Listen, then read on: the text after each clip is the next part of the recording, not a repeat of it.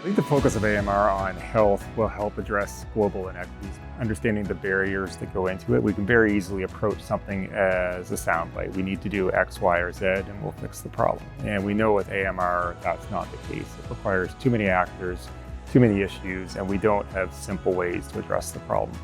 It's great to hear all of the ideas that these students are bringing to the table. Often we don't know who we're missing out in the voices that when the government is doing consultations, so being able to attend these and listen to the new ideas that they're bringing forward can be really helpful for government and understand at the local level what the most concerning issues are that people are dealing with.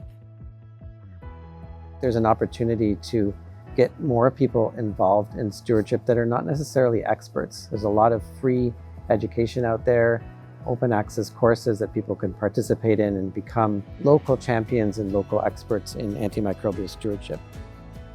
Health is one of those things that changes rapidly, and you need to be able to respond, use the tools, be highly active with people. The more you know about life, the more you know about people, the more you interact with all different walks of life and activities, the more relevant you are going forward. You're not only just building a career, you're building a life. And you're saving lives. And so bear that in mind, that all things come through public health. Be a part of anything at all that can intersect with public health. And the good news is everything intersects with public health.